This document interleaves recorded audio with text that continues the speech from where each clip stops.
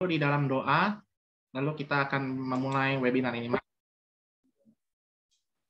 Tuhan Yesus, kami sungguh mengucap syukur untuk webinar yang diselenggarakan pada malam hari ini. Mari Tuhan, kiranya Engkau berkati Lause Wiwin di dalam menyampaikan setiap apa yang menjadi isi hati Tuhan, dan itu kiranya boleh memberkati kami sekalian. Terima kasih Tuhan, kiranya masing-masing dari kami juga boleh siap untuk mendengarkan dari materi-materi yang dibagikan oleh Lause Wiwin. Terima kasih Tuhan, di dalam nama Tuhan Yesus kami berdoa. Amin. Saya persilahkan kepada Lause Wiwin untuk bisa memulai webinar pada malam hari ini.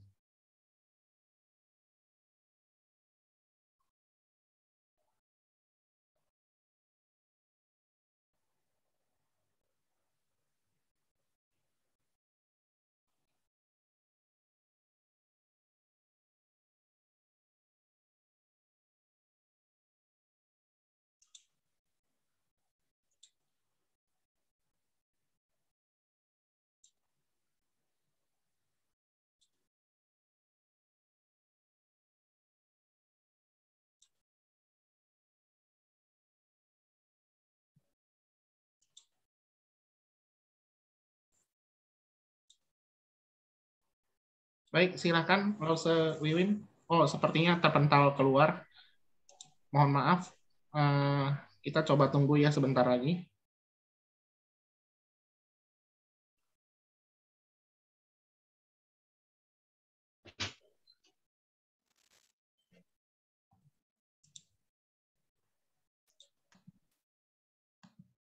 Oke, sorry.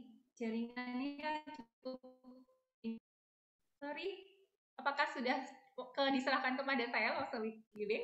Ya, silakan Lause Wiwin. Waktu dan tempat dipersilahkan. Maafkan. Oke. Ya. Saya ulangi, selamat malam teman-teman Youth GKY Youth di berbagai tempat yang join pada malam hari ini. Kita bersyukur kita akan belajar sesuatu yang sudah Tuhan siapkan untuk kita semua belajar, yaitu bagaimana strategi mengelola overthinking, begitu ya. Saya berharap teman-teman juga terus doakan jaringan saya ya. Sudah 2 kali saya terpental, semoga di tengah-tengah tidak terpental lagi. Oke, saya izin share screen terlebih dahulu.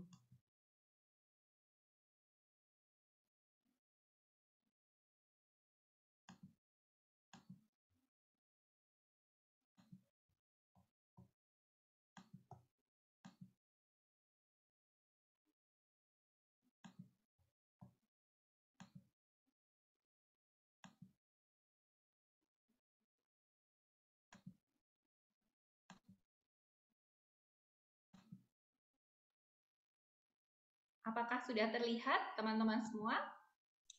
Sudah terlihat, Lause Wiwin. Oke, ya.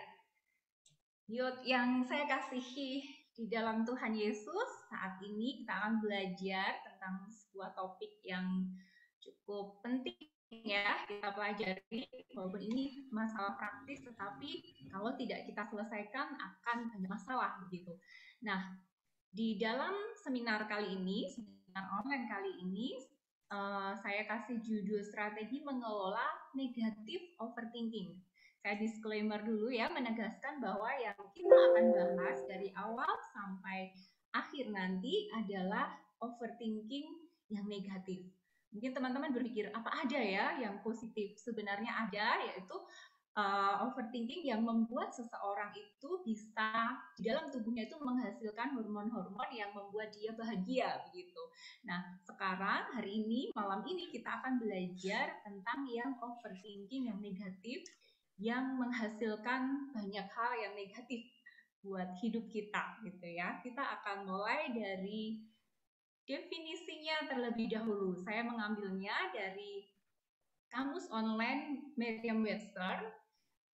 Ditulis begini, overthinking adalah tindakan yang berpikir terlalu banyak tentang sesuatu, tentang hidup ya tentunya, sehingga dia mengambil terlalu banyak waktu juga untuk memikirkan dan menganalisis sesuatu tantangan hidup tadi dengan cara yang lebih membahayakan dirinya daripada yang berguna. Nah, dicermati ada beberapa kata kunci ya di sini ya, teman-teman youth semua. Overthinking negatif itu berpikir yang terlalu banyak. Terus karena terlalu banyak berpikir, terlalu banyak waktu yang diambil atau digunakan. Untuk apa? Untuk memikirkan, menganalisis sesuatu tantangan hidup tadi, tapi caranya, perhatikan, caranya itu tidak dengan cara yang berguna, tetapi cara yang membahayakan diri. Nah, cara yang membahayakan diri itu seperti apa ya? Cara yang membahayakan diri tentu pilihan-pilihannya, kalau secara rohani akan mengambil pilihan-pilihan yang tidak akan taat kepada firman Tuhan. Secara fisik tentunya juga akan membahayakan dirinya. Kemudian secara emosi tentu juga akan membuat emosinya tidak akan dalam kondisi yang baik begitu. Jadi secara umum teman-teman perhatikan ya, terlalu banyak berpikir, terlalu banyak waktu yang digunakan dengan cara yang membahayakan diri. Kemudian kenapa ya kita kok cenderung atau orang cenderung melakukan overthinking? Alasannya, teman-teman youth semua, alasannya itu supaya kondisinya aman, terkendali.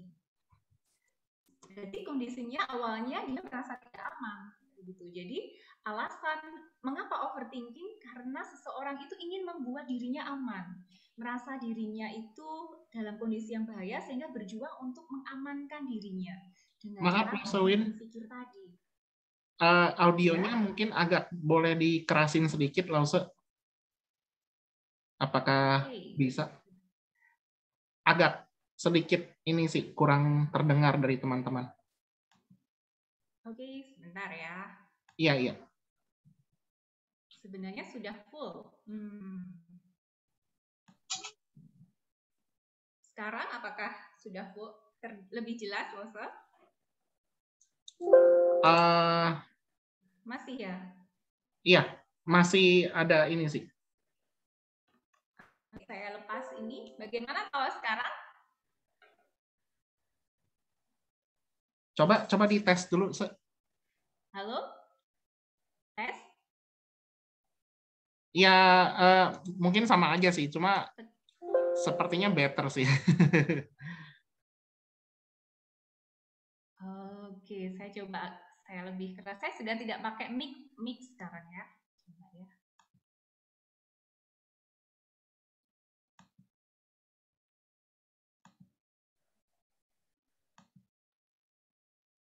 Kita bisa lanjut, Lose? Oke, bisa, Lose. Coba ya. Sudah lebih jelas, thank you. Iya.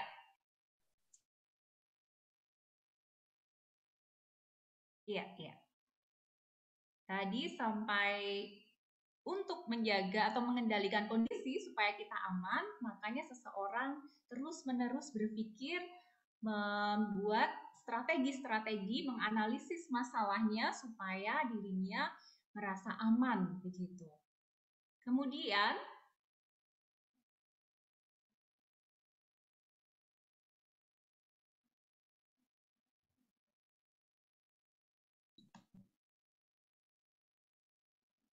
nah, di dalam overthinking itu teman-teman ada dua bentuk.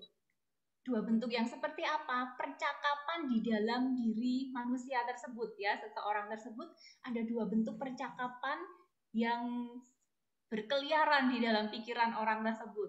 Bentuk yang pertama adalah memikirkan masa lalu secara terus-menerus. Jadi yang dipikirkan itu yang kemarin-kemarin. Masa lalu itu tidak selalu 1 tahun atau 2 tahun atau bertahun-tahun ya. Kadang 1 jam, 2 jam sebelum yang kita ada di sekarang itu juga sudah termasuk masa lalu. Dan kadang kita berpikir hal-hal yang sudah terlewati. Misalnya saya kasih contoh nih ya, yang pertama, saya seharusnya tidak berkomentar itu dalam pertemuan Zoom minggu lalu gitu ya.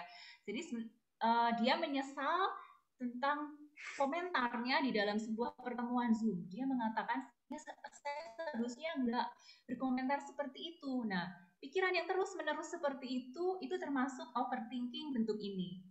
Kemudian ada contoh yang kedua, jika saya rajin belajar, tentu saya akan dapat beasiswa dan tidak membebani orang tua saya saat pandemi seperti ini. Nah, termasuk memikirkan yang kemarin ya, yang sesuatu yang sudah berlalu begitu, tentang performannya dalam belajar begitu.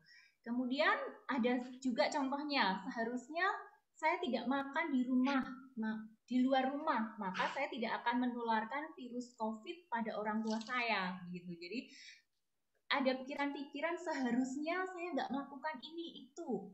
Nah, itu termasuk dalam bentuk overthinking yang pertama.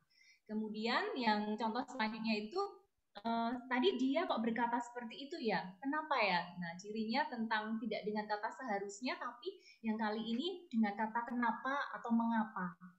Kenapa ya orang itu ngomong seperti itu ya pada saya? Kenapa ya? Nah, ada pertanyaan-pertanyaan seperti itu, termasuk juga dalam bentuk yang nomor pertama ini. Kemudian yang lainnya juga contohnya kata-kata yang sangat menyakiti. Kata-katanya sangat menyakiti, tidak dapat kuampuni begitu. Nah, itu kan sudah pas ya, sudah di masa lalu, tetapi menyakiti hatinya. Jadi dia berpikir terus-menerus tentang hal yang membuat dia merasa tersakiti. Nah, itu bentuk yang pertama. Intinya di dalam bentuk yang pertama ini seseorang sering menyesal, sering merasa bersalah, dan sering memiliki kebencian. Jadi ini bentuk pertama dari overthinking, negatif overthinking. Kemudian yang kedua bentuknya adalah sekarang berlawanan, yang untuk masa depan, khawatir tentang masa depan. Khawatir secara konsisten membuat prediksi negatif dan bencana tentang sesuatu yang belum terjadi di masa depan, teman-teman. Jadi mikir sesuatu yang belum terjadi tetapi negatif, prediksinya itu nggak yang baik gitu loh. Jadi yang keluar yang negatif terus. Misalnya di masa pandemi ini, teman-teman bisa berpikir seperti ini. Wah, besok saya akan divaksin. Jangan-jangan aku akan mengalami seperti kasus yang diberitakan di Bali itu, yang meninggal karena disuntik vaksin AstraZeneca itu. Nah, itu sesuatu yang belum terjadi dan kita sudah takutkan. Terus kalau di konteks kuliah, wah besok kumpul kuliah, tugas kuliah. Saya kayaknya nggak sanggup nih menyelesaikan tugas dengan baik. Saya pasti dapat nilai C lagi. Nah, itu sebuah contoh di bentuk yang kedua ini, yang khawatir tentang sesuatu yang belum terjadi. Terus misalnya lagi, waduh, bisnis orang tua aku berkurang drastis pemasukannya. Masa depanku tampak suram nih. Aku sepertinya tidak dapat lanjut kuliah. Nah, itu kan sesuatu yang belum terjadi, tapi sudah dipikirkan, sudah dicemaskan seperti itu dari sebelum peristiwa itu terjadi. Terus contoh yang selanjutnya adalah kenapa dia tidak segera merespon saya ya. Misalnya sedang WA terhadap seseorang, terus orang tersebut nggak membalas WA-nya. Terus dia berpikir, kenapa ya? Jangan-jangan saya salah WA. Jangan-jangan kalimat saya begini. Jangan-jangan dia membenci saya. Jadi ada banyak kata jangan-jangan itu. Jadi di bentuk yang kedua ini ada banyak pikiran tentang hal yang belum terjadi di depan. Kemudian kita lanjut dulu. Nah, ini contoh overthinking yang saya ambil di sebuah internet ya. Sebenarnya ini ada video pendek gitu, cuma saya susah mendownloadnya. Jadi saya akan jelaskan aja. Nah, teman-teman, di sini ada seorang anak yang ketakutan ya, dia nangis seperti itu, memegang sebuah tali. Nah, kemudian untung saja mamanya melihat ketakutan anaknya ya, entah mama atau kakaknya nih. Kemudian dia pegang anaknya, terus kakinya itu diinjakkan ke dasar. Terus apa yang terjadi teman-teman di gambar ketiga? Teman-teman lihat, ternyata kedalaman dari kolam itu nggak sedalam yang dia kira. Coba bayangkan, ternyata dia nggak tenggelam ini. Jadi ini perasaan takutnya sudah sangat mengerikan sekali ya. Dia sangat histeris, tapi ternyata tantangannya cuma kecil banget nih. Dia nggak tenggelam. Nah, overthinking itu visualisasinya bisa seperti ini. Jadi menakutkan hal-hal yang sebenarnya nggak perlu ditakutkan, karena sangat mudah sebenarnya. Nah, teman-teman, apakah di Alkitab ada contoh tentang overthinking ini ya? Apa Alkitab bicara tentang overthinking? Overthinking kan bahasa zaman sekarang. Apa ada tuh di Alkitab? Teman-teman sudah baca di slide ya, ada Amsal 22 ayat 13. Kita baca dulu yang ditanda kutip ini. Ada singa di luar, aku akan dibunuh di tengah jalan. Coba teman-teman bandingkan dengan penjelasan-penjelasan tadi yang saya jelaskan di depan dengan kalimat yang ada di Amsal 22 ayat 13 yang bagian tanda kutip ini. Ada singa di luar, aku akan dibunuh di tengah jalan. Teman-teman, ada kepesimisan di dalam kalimat ini, dan ini termasuk kategori overthinking. Alkitab kita itu sangat punya sumber yang sangat luas dan sangat mendalam tentang kehidupan manusia. Firman Tuhan jauh-jauh hari di PL loh ini ya. Di PL sudah menulis sebuah karakter overthinking, negatif overthinking di dalam firman-Nya. Ada singa di luar, aku akan dibunuh di tengah jalan. Nah, dalam ayat ini disimpulkan oleh penulis kitab Amsal, orang yang seperti itu akhirnya disebut orang yang malas. Terus apa kaitannya dengan overthinking? Maksud ada. Pada intinya, ketika orang berpikir seperti ini tadi, orang kan jadi takut ya, takut untuk bergerak. Nah, karena takut bergerak, maka dia malas mengerjakan sesuatu yang seharusnya dia kerjakan. Nah, dalam bahasa konselingnya, itu dikatakan freeze. Pola yang freeze, pola yang membatu, pola yang membeku, pola yang nggak mau melawan atau menghadapi masalah. Jadi larinya dia tidur, dia nonton TV, dia enak-enakan karena dia merasa kalau aku keluar, kalau aku melakukan sesuatu, saya akan ada ketemu singa tuh di luar, saya akan dibunuh oleh singa. Saya akan mendapatkan hal-hal yang negatif tuh di luar sana. Nah, itu pola yang pertama. Nah, sudah pola yang seperti itu tidak cukup baik ya teman-teman untuk hidup kita. Selanjutnya bisa saja orang yang overthinking bisa flight atau lari dari masalahnya. Coba teman-teman bayangkan dan coba cermati ya, saya tipe orang yang kayak apa ya, yang freeze, yang membatu atau membeku, diam saja dan ketika menghadapi masalah atau lari dari masalah. Nah, itu bagian yang dikatakan firman Tuhan tentang overthinking ya, contohnya. Kita lanjut dulu ke dampaknya teman-teman. Nah, kalau sudah tahu visualisasinya negatif overthinking kayak gitu, sekarang kita akan lihat dampaknya. Dampak dari tingkah laku yang seperti itu teman-teman, create problem that are not there. Maksudnya menciptakan sebuah masalah yang sebenarnya nggak ada di sana, nggak ada singa di depan, nggak ada masalah di depan, tapi kita sudah ketakutan dulu untuk maju ke depan. Jadi dampak yang terjadi, hidupnya bisa makin rumit. Dia sudah ada dalam masalah, makin rumit nggak nyelesain masalah. Kemudian dia juga jadi tertipu. Hidup kita, kalau kita overthinking itu bisa tertipu. Kenapa? Karena sebenarnya kita nggak ada masalah di depan. Kita ditipu oleh pikiran-pikiran kita sendiri. Terus kemudian yang ketiga adalah hidup jadi berat. Ya karena ditipu, hidup jadi rumit, nggak mungkin dong hidup kita jadi ringan. Pasti deh kita akan hidup berat hidup kita. Nah, kita akan eksplor lebih lanjut ya dampaknya apakah ada seperti itu tuh.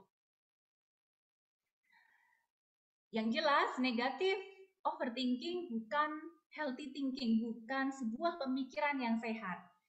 Overthinking itu normal kalau hanya muncul di masa krisis dan dalam waktu yang tidak lama, teman-teman. Jadi boleh muncul, tapi untuk menjaga diri dan mengatasi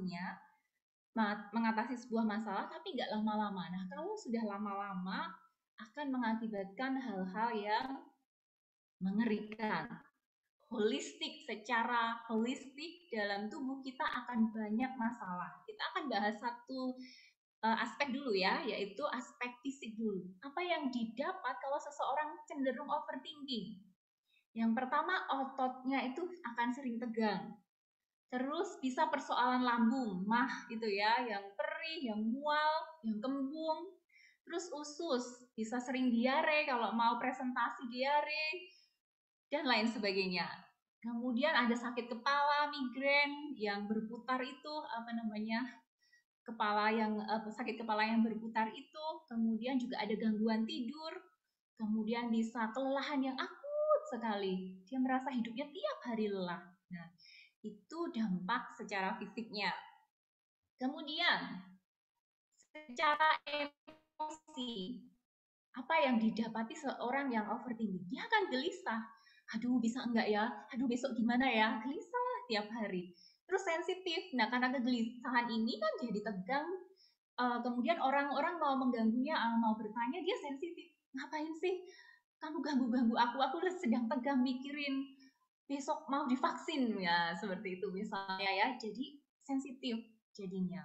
Tapi ada juga yang flat, teman-teman. Jadi dia sudah tidak tertarik apa-apa perasaannya. Udah deh, nyerah. Udah deh, aku capek mikir. Udah deh, terserah kamu mau apa deh. Mamaku mau begini, papaku mau begitu. Udah deh, aku ngikut. Nggak kuliah juga nggak apa-apa.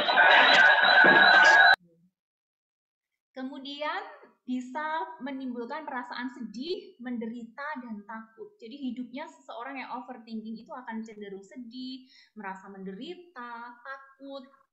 Pada intinya hidupnya suram lah. Kemudian dampak secara perilaku, teman-teman. Overthinking pada waktu di mana kita benar-benar sedang overthinking, orang bisa kadang mondar-mandir gitu ya, jalan ke sana kemari nggak jelas gitu, karena dia memikirkan sesuatu. Terus kadang-kala dia mendesah berulang-ulang, menarik nafas panjang, terus ngeluh begitulah ya gampangnya, tapi itu berulang-ulang. Terus ada juga yang melakukan aneka tindakan berulang yang tidak ada tujuannya. Dan ini sebenarnya akan mengarah ke persoalan psikologis yang namanya sindrom Tourette gitu ya, dan akan membuat seseorang melakukan tics dari tubuhnya. Nah, ini mungkin agak sendiri ke psikologis ya, teman-teman hanya sekedar tahulah untuk ini. Yang jelas, efek dari overthinking ini bisa kemana-mana. Nah, itu kepada kepribadiannya ya teman-teman. Nah, sekarang kita akan lihat ke masa depan dari seseorang itu. Apa saja yang didapat kalau seseorang punya kecenderungan negatif thinking? Nah, tadi sudah dijelaskan ya, negatif overthinking itu akan cenderung membuat orang itu depresif. Terus ya juga kadang memiliki persoalan psikologis lainnya, dan kalau seperti itu masa depan masa akan hilang gemilang ya buat orang itu. Secara logika, orang yang overthinking akan sulit meraih masa depan yang Tuhan sebenarnya sediakan. Kita sebagai anak Allah percaya bahwa Tuhan pasti menyediakan masa depan buat kita. Tetapi kalau kita overthinking, kadangkala seringnya kita tidak melihat jaminan-jaminan Tuhan yang Tuhan sudah siapkan itu buat kita. Nah, itu mengerikan bagi saya. Kemudian yang kedua, pribadi yang overthinking, yang cenderung depresif, punya persoalan psikologis itu akan sulit berelasi, teman-teman. Sulit berelasi yang sehat dengan orang lain, termasuk keluarga. Jadi di rumah nggak nyaman dengan orang tua, kadang konflik dengan adiknya, overthinking mulu. Dan di masa depan teman-teman, nanti kalau teman-teman menikah, kan nggak ada ya yang nggak ingin menikah ya di sini, pasti ingin menikah. Nah, teman-teman, pernikahan kalian di masa depan itu juga nantinya nggak akan sehat kalau kebiasaan negatif overthinking ini terus-menerus kita pupuk dalam diri kita. Terus yang ketiga, kalau pribadi overthinking ini nggak bertobat nih, nggak berjuang memulihkan dirinya, itu akan mengancam pertumbuhan gereja, teman-teman. Bayangkan, efeknya itu nggak sekedar dirinya sendiri, tubuhnya, emosinya, fisik, masa depannya, keluarganya, nggak hanya itu teman-teman. Dampak yang sangat besar menanti adalah mengancam pertumbuhan gereja Tuhan. Memang nggak secara langsung, nggak seperti doktrin-doktrin yang mungkin menyesatkan gitu ya, tetapi kalau di dalam gereja banyak orang yang overthinking, yang tidak mendisiplin pikirannya, dia akan merusak gereja. Bagaimana bisa loh Wiwin, kok bisa begitu? Iya, gimana coba? Kalau berelasi dengan orang cenderung overthinking, kemudian di persekutuan kan pasti banyak merasa berprasangka buruk satu sama lain, kemudian menjat satu sama lain. Bagaimana gereja akan bertumbuh, akan bersatu, padu untuk mengerjakan pekerjaan Tuhan? Nggak akan bisa. Jadi pribadi yang overthinking itu mengancam gereja Tuhan. Jadi persoalan negatif overthinking ini bukan sesuatu yang simple, bukan sesuatu yang layak kita dalam diri kita semua ya. Jadi kita akan lanjutkan pembelajaran malam ini supaya tidak sekedar tahu dampaknya, tapi kita akan bebas dari masalah-masalah negatif overthinking itu. Nah, sebelum ke sana, sebelum ke solusi, kita akan bahas tentang siapa saja yang rentan ya, siapa saja yang rentan mengalami overthinking ini. Yang pertama adalah mereka yang mudah mengalami stres dan cemas. Ayo, siapa yang mudah stres? Yud, GKY, Kuta Bali, dan teman-teman yang lain, siapa nih yang mudah stres? Siapa yang mudah cemas? Saya termasuk orang di sini juga ya, saya termasuk orang yang mudah cemas teman-teman. Nanti mungkin akan sedikit sharing di belakang, tetapi yang jelas saya juga orang yang rentan mengalami negatif overthinking. Tapi kenapa saya bisa sampai di STTB? Kenapa saya terus mengerjakan pekerjaan Tuhan dan tidak menghancurkan gereja? Karena saya melakukan solusi-solusi yang di belakang nanti kita akan pelajari bersama-sama.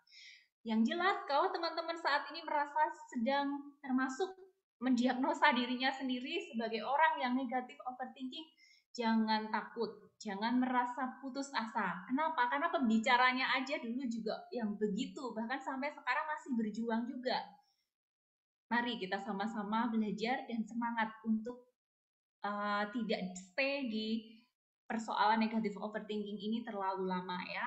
Dan jangan putus asa, karena masih ada harapan. Kita akan lanjut dulu.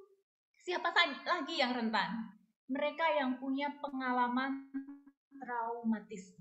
Traumatis itu pengalaman yang benar-benar membuat dia syok, takut di masa lalu begitu, yang benar-benar berat, bisa dari alam misalnya dari alam misalnya gunung berapi meletus atau gempa bumi begitu, ataupun juga traumatis dari kata-kata orang, bisa juga dari perkataan orang tuanya, misalnya dipermalukan di sebuah pesta. Ada pengalaman-pengalaman di ruang konseling gitu ya, bahwa ada orang-orang yang benar-benar trauma dengan perkataan mamanya.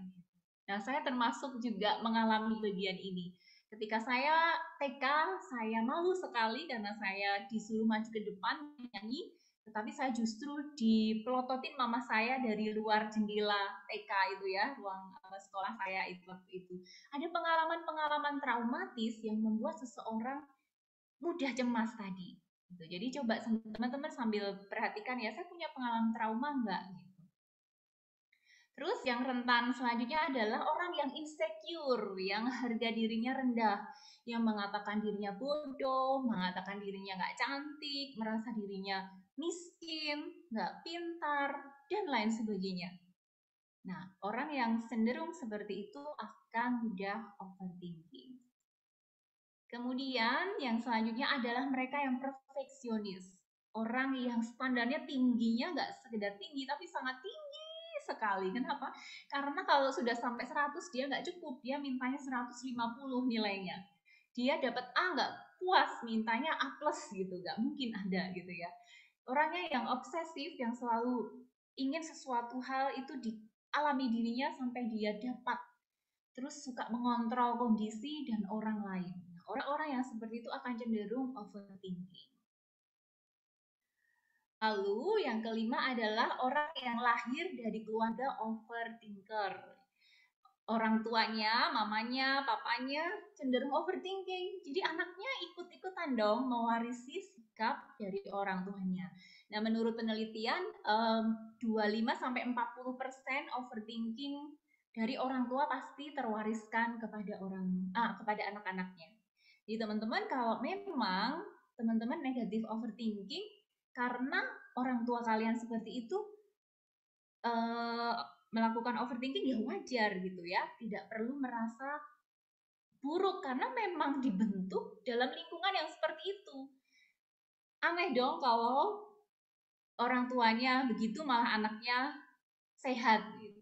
Jadi malah hukum yang di dalam Alkitab malah jadi nggak tergenapi begitu ya, karena kan dosa itu juga dosa warisan. Di dalam Alkitab kita ada pemahaman seperti itu ya. Kemudian, nah karena tadi teman-teman orang-orang yang rentan negatif overthinking itu sebenarnya bukan sesuatu yang dibuat-buat oleh dirinya sendiri, bukan senang overthinking. Jadi jangan menghakimi dirimu sendiri dan jangan menghakimi orang lain juga. Jangan menyalahkan dirimu, mengutuki dirimu, mengatakan dirimu bodoh, sudah misalnya nggak terlalu baik akademisnya, masih overthinking lagi. Stop untuk menyalahkan dirimu. Dan juga orang lain ya, termasuk orang lain. Tapi kasihilah diri teman-teman, sadarilah bahwa teman-teman itu sangat perlu ditolong. Kemudian tolonglah diri kalian sendiri dan juga orang lain. Jadi jangan menyalahkan diri sendiri. Menyalahkan diri sendiri justru membuat masalah overthinking ini gak akan selesai. Seperti gambar ini ya, kalau kalian menyalahkan diri sendiri, kalian akan menutup akses untuk keluar. Kalian akan di dalam tabung overthinking kalian itu dan gak akan menyelesaikan masalah kalian. Kemudian ini kita akan mulai belajar solusinya ya. Ada kabar gembira buat kita semua bahwa Tuhan kita yang kita sembah di dalam Tuhan Yesus Kristus itu sangat mengasihi kita. Di dalam 1 Korintus 10 ayat 12 sampai 13, apakah boleh salah satu membacakannya? Mungkin dari teman-teman Yod GKY Kuta kali ya. Ada Caca tadi saya lihat nama itu, apakah bisa minta tolong Caca membacakan ayat ini?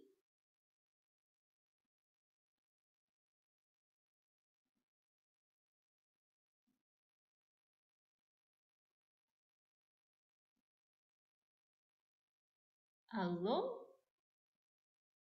Atau yang lain yang mau membacakan? Tias juga boleh, tadi ada nama Tias juga di GKY Kuta, Yod GKY Kuta. Atau masa saya minta tolong Loso WW lagi nih, suruh bacain. Sudah.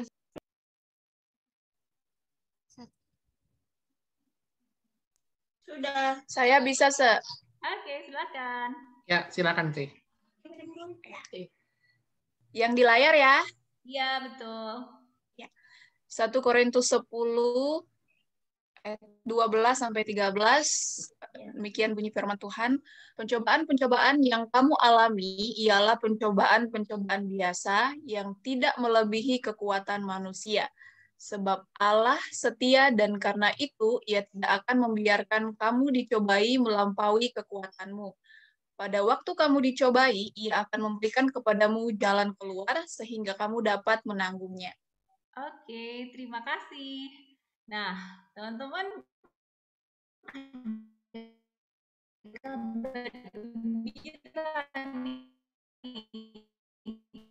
itu pencobaan biasa. Kemudian tidak melebihi kekuatan manusia. Tuhan berjanji seperti itu. Alasannya karena Allah setia, karena itu Ia tidak akan membiarkan kamu dicobai melampaui kekuatanmu. Di kabar gembira ini perlu teman-teman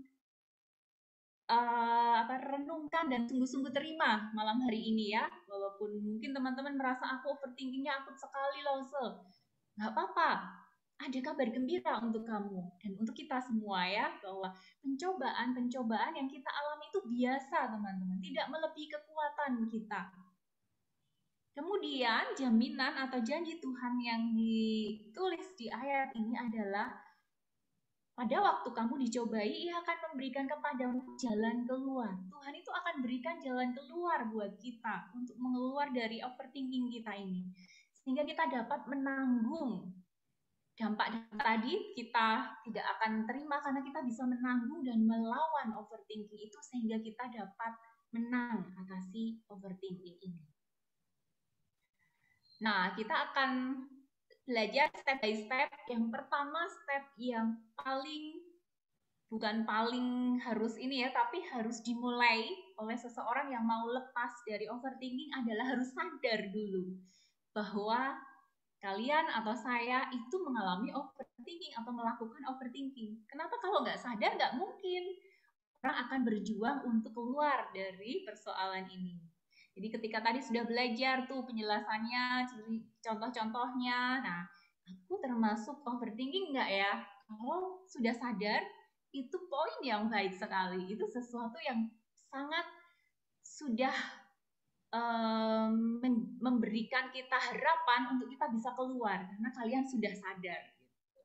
Kemudian setelah sadar adalah mengakuinya. Mengakui kepada saya, maksudnya mengakui kepada diri sendiri, tapi juga mengakui kepada Tuhan dan orang lain gitu ya. Iya, saya memang overthinking, saya mengakui. Tetapi tidak hanya mengaku, terus jadi alasan, terus nggak bertumbuh, nggak boleh ya. Tapi mau bersedia memprosesnya. Sebuah step yang harus ada adalah sadar, mengakui, dan bersedia memprosesnya. Kenapa hal ini secara logika baik untuk dilakukan, tetapi juga sebenarnya firman Tuhan mengatakan bahwa sebab itu siapa yang menyangka bahwa ia teguh berdiri, berhati-hatilah supaya ia jangan jatuh. Teman-teman, orang yang justru merasa dirinya teguh berdiri, sempurna, nggak punya problem, termasuk nggak hanya overthinking ya, itu justru rentan jatuh teman-teman. Jadi kalau kita itu malah juga lebih maju lagi. Jadi it's okay kalau memang kalian termasuk negatif overthinking, melakukan kebiasaan itu it's okay. Yang penting kamu sadar dan kamu mau mengakui dan mau bersedia memprosesnya. Kemudian firman Tuhan di Mazmur 139 ya, berkata, "Selidikilah aku ya Allah dan kenallah hatiku. Ujilah aku dan kenallah pikiran-pikiranku. Lihatlah apakah jalanku serong dan tuntunlah aku di jalan yang kekal." Pemazmur, teman-teman, sekali lagi ya, ini contoh di PL. Di Alkitab kita perjanjian lama. Sudah jauh-jauh hari mengatakan bahwa pemazmur ini memberi contoh kepada kita untuk mengizinkan Tuhan menyelidiki, mengenal hati kita, pikiran kita, jalan kita, dan minta dituntun ke jalan yang kekal.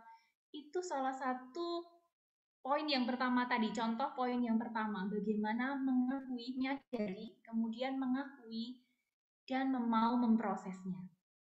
Pemazmur memberi contoh kepada kita untuk kita mengakui apa yang kita alami.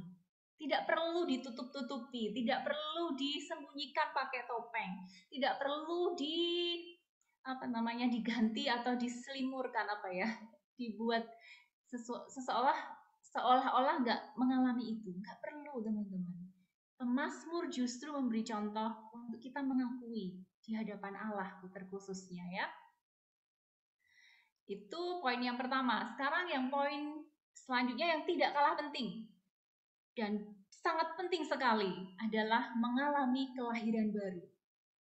2 Korintus 5 ayat 17 berkata, jadi siapa yang ada di dalam Kristus, ia adalah ciptaan baru. Yang lama sudah berlalu, sesungguhnya yang baru sudah datang. Teman-teman, yang mengalami ciptaan baru ini adalah siapa di sini? Jadi siapa yang ada di dalam Kristus. Jadi orang yang mengalami ciptaan baru, bebas dari dosa-dosanya, bisa mengalahkan dosa-dosanya termasuk overthinking, kemalasan, kemarahan, dan lain sebagainya adalah orang yang ada di dalam Kristus. Tidak ada seorang pun yang bisa keluar dari kebiasaan dosanya kalau dia tidak ada di dalam Kristus. Jadi, untuk melawan overthinking dan dosa-dosa yang lain, kita perlu menerima Tuhan Yesus Kristus sebagai Tuhan dan Juru Selamat kita menjadi ciptaan baru. Itu step yang tidak bisa tidak dilalui juga untuk seseorang bisa lepas dari negatif overthinking. Ayo coba cek, siapa yang sudah jadi ciptaan baru di sini? Siapa yang sudah terima Tuhan Yesus sebagai Tuhan dan Juru Selamatnya? Kalau kalian sudah mengalami kelahiran baru, sudah ada di dalam Kristus, kalian punya jaminan untuk menang atasi negatif overthinking. Kemudian yang ketiga adalah dari Mazmur 1 ayat 2 sampai 3. Apakah ada yang bisa bantuin saya membacakan lagi? Yang cowok sekarang coba. Dosa Wewe bisa tunjuk mungkin? Aaron, boleh? Aaron?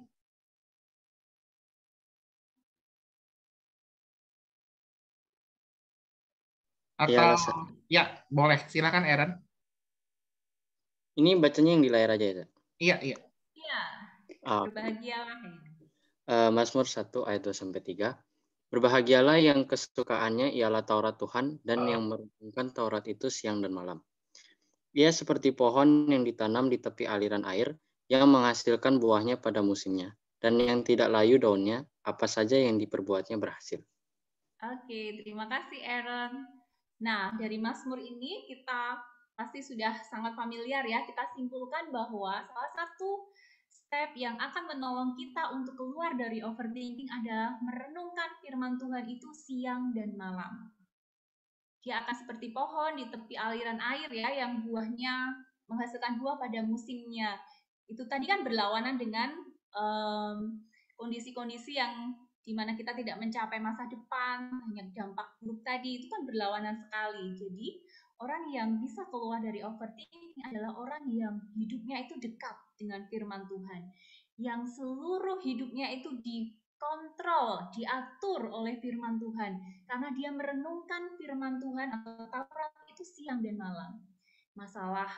Tidak hanya masalah pacaran diatur oleh firman Tuhan, tetapi juga cara dia berkata-kata, cara dia berpikir, cara dia merasakan, semuanya harus dikontrol dengan firman Tuhan. Oleh karena itu, dia akan suka merenungkan firman Tuhan itu siang dan malam. Bagi teman-teman youth yang sekarang sudah suka belajar firman Tuhan, Bible reading tiap hari, baca Alkitab saat teduh, menghafal, mempelajari, nah teman-teman mempunyai modal untuk bisa keluar dari negatif overthinking tadi ya. Saya kasih selamat untuk orang-orang atau youth yang sekarang sudah punya kebiasaan membaca firman Tuhan di dalam hidupnya setiap hari. Selanjutnya, teman-teman, yang bisa dilakukan adalah mendoakan overthinking tadi secara, ada 3 hal ya yang saya tulis warna kuning nih. Jujur. Jujur kepada siapa? Ya tentu pada Tuhan dong. Jujurnya seperti apa Lause? Ya jujur kalau kamu overthinking, jujur di hadapan Tuhan, Tuhan saya overthinking. Saya frustasi, saya kok mikirnya buruk terus sih Tuhan. Masa mau ujian saja saya takut mau dapat D lagi kah? Nah, jujur, berdoalah secara jujur.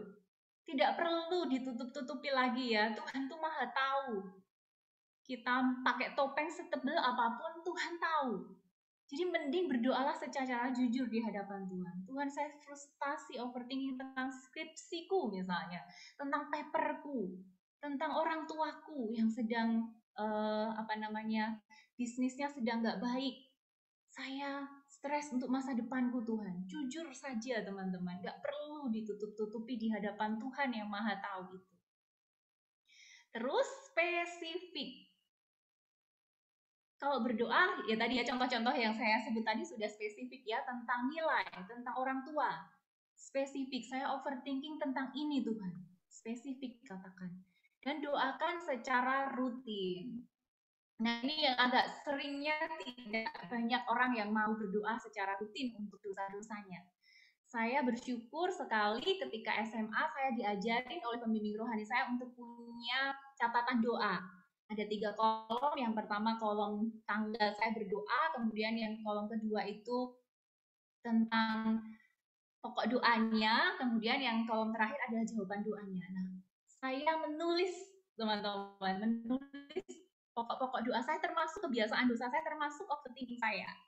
Misalnya saya cemas tentang bahan ajar saya, gitu ya, saya akan doakan untuk mata kuliah ini, topik ini saya cemas Tuhan. Dan setiap malam, Senin malam dan Selasa malam saya punya jadwal doa untuk mendoakan termasuk overthinking dan kebutuhan saya yang lain tentunya ya. Tapi saya tulis itu. Jadi kalau mungkin teman-teman sedang ditolak pacar atau pacar ya, overthinking kan, aku jangan-jangan nggak cantik gitu, tulis aja di pokok doa teman-teman, di buku teman-teman, bahwa Tuhan berdoa untuk overthinking tentang relasi dengan lawan jenis. Doakan. Itu akan membuktikan 3 hal ini. Yang pertama, bukti kesungguhan membereskan overthinking tadi. Jadi kalau seseorang sungguh-sungguh berniat keluar dari overthinkingnya, dia akan sungguh-sungguh berdoa. Nah, kalau nggak sungguh-sungguh berdoa, berarti teman-teman bisa disimpulkan bahwa teman-teman nggak serius untuk keluar dari overthinking, atau mungkin nggak tahu bahwa doa itu bisa menolong. Gitu ya. Nah, sekarang saya kasih tahu nih, 59 orang di sini saya kasih tahu bahwa doa salah satu bagian senjata rohani kita untuk kita bisa melawan overthinking. Ayo, punyai disiplin berdoa. Bereskan overthinking kalian dengan berdoa secara jujur, spesifik, dan rutin, teman-teman. Kemudian itu juga bukti kebergantungan pada Tuhan. Jadi nggak bergantung pada diri kita, pikiran kita sendiri, orang tua. Kalau tadi ya, masa depan kalian mungkin merasa tidak ada lagi masa depan karena orang tua bisnisnya lagi sulit. Nah, kalau teman-teman bergantung pada Tuhan, teman-teman nggak akan tinggal diam, akan berdoa, percaya bahwa Tuhan akan menolong orang tua saya, bisnisnya yang mungkin sedang lagi susah karena pandemi tetap bisa. Nah, teman-teman bergantung kepada Tuhan. Terus pengalaman saya adalah ketika saya berdoa itu setiap rutin ya, setiap Senin ataupun Selasa untuk kebutuhan saya, sarana saya mendengar Tuhan membimbing saya. Kok bisa loh, so gimana? Misalnya saya tuh pernah suatu saat saya itu overthinking pada seseorang yang baru kenal, tapi kok diem aja, sudah saya sapa, sudah saya deketi, saya kok malah dijauhi ya, ada apa ya kan? Ada pikiran tadi yang jangan-jangan saya gitu. Saya mendoakan, saya tulis nama orang itu titik-titik gitu ya, misalnya Bu Tuti gitulah ya, Bu Tuti. Saya kok dijauhi oleh Bu Tuti. Nah, saya akan berdoa sungguh-sungguh tuh di situ. Saya minta supaya Tuhan menolong. Nah, ketika saya berdoa, teman-teman, saya kadang mendengar Roh Kudus berbicara atau mengingatkan banyak hal ketika saya berdoa. Wiwin, kamu kan anakku, kamu kan diminta mengasihi walaupun tidak dikasihi. Nah, kayak gitu. Terus kamu tetap berharga, Win. Ingat Yesaya 43 ayat 4. Oleh karena engkau berharga di mataku dan mulia, kayak gitu. Nah, ketika berdoa saya diingatkan hal-hal yang positif yang dari firman Tuhan. Nah, ketika teman-teman setia berdoa, Tuhan bisa bicara tuh lewat doa-doa kalian ini. Nah, saya kutip ini ya di gambar Yakobus 5 ayat 16, doa orang benar bila dengan yakin didoakan sangat besar kuasanya.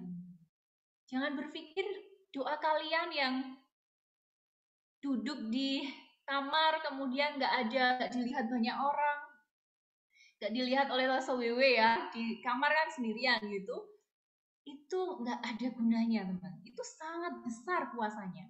Dan ketika teman-teman mendoakannya sungguh-sungguh, teman-teman akan dapat jawaban. Ada jaminan firman Tuhan yang lain, tapi kita tidak bisa baca ya semua firman Tuhan.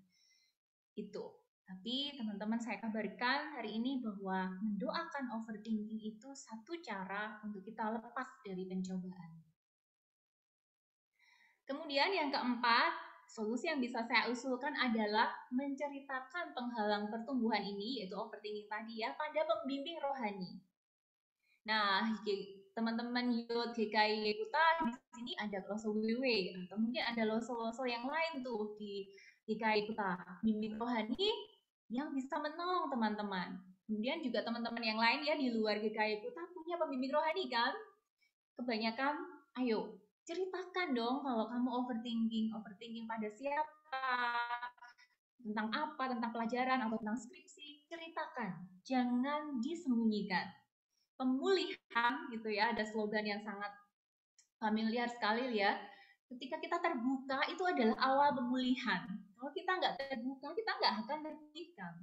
Dan pemulihan itu nggak sekedar lewat konselor, bisa lewat pembimbing rohani teman-teman. Jadi ceritakan, Lose atau Kak atau Ci, saya sedang overthinking tuh pada ini itu. Ceritakan, jangan dipendam.